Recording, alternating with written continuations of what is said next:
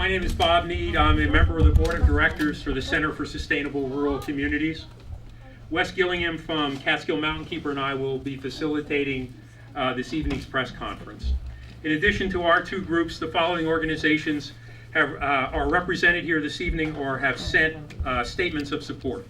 Stop the Pipeline, Sierra Club Atlantic Chapter, Otsego 2000, Sustainable Otsego, Sharon Springs Against Hydrofracking, Stop New York Frack Gas Pipeline, Catskill Citizens for Safe Energy, Citizens Action of New York, Berkshire Environmental Action Team, and Mohawk Valley Keeper.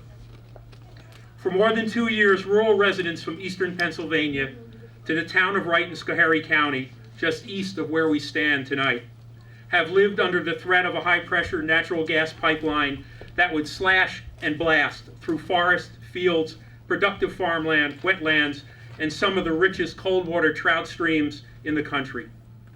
Soon after the so-called Constitution Pipeline was proposed, landowners in its path were pressured, they were threatened, and they were intimidated. Despite that, landowners in an unprecedented number stood their ground and refused to sign away easements.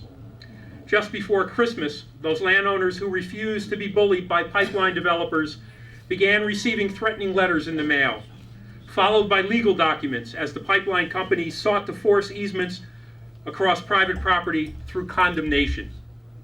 Less than a month ago, the pipeline company gained court approval to simply ignore private property rights and essentially invade the backyards, gardens, orchards, and woodlots of rural landowners. Now, a few weeks later, Kinder Morgan, in a demonstration of profound arrogance and insensitivity, is holding an open house to explain their plan to build yet another pipeline through the same communities, and launch their own campaign of pressure, threats, and intimidation, which, if they get their way, will end up in condemnation of yet more private property, the despoiling of wetlands that took centuries to develop their diversity, the clear-cutting of thousands of healthy trees, the destruction of habitat, and the irreparable damage to some of the most beautiful and important ecosystems in the eastern United States. We are fortunate to have an iconic figure in American music with us tonight, Peter Yarrow.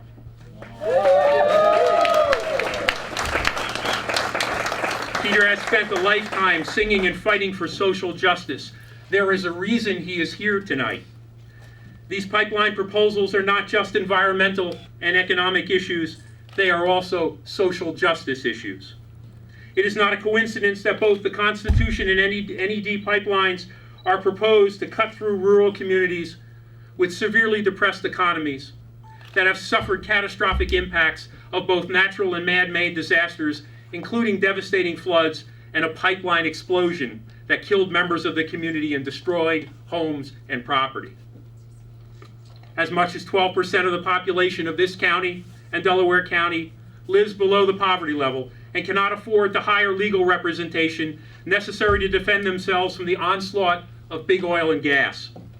Poor rural communities are being targeted, exploited, written off as inconsequential collateral damage by an out-of-control industry.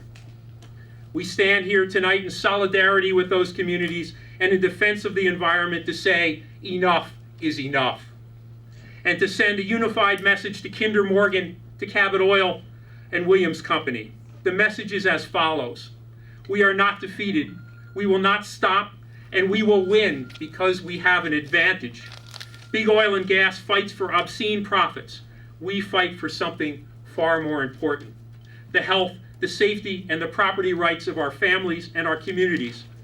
So Kinder Morgan and the other carpetbagger corporations hell-bent on exploiting our communities, harming our environment, and trampling our property rights, we say to you, pack your bags and go home.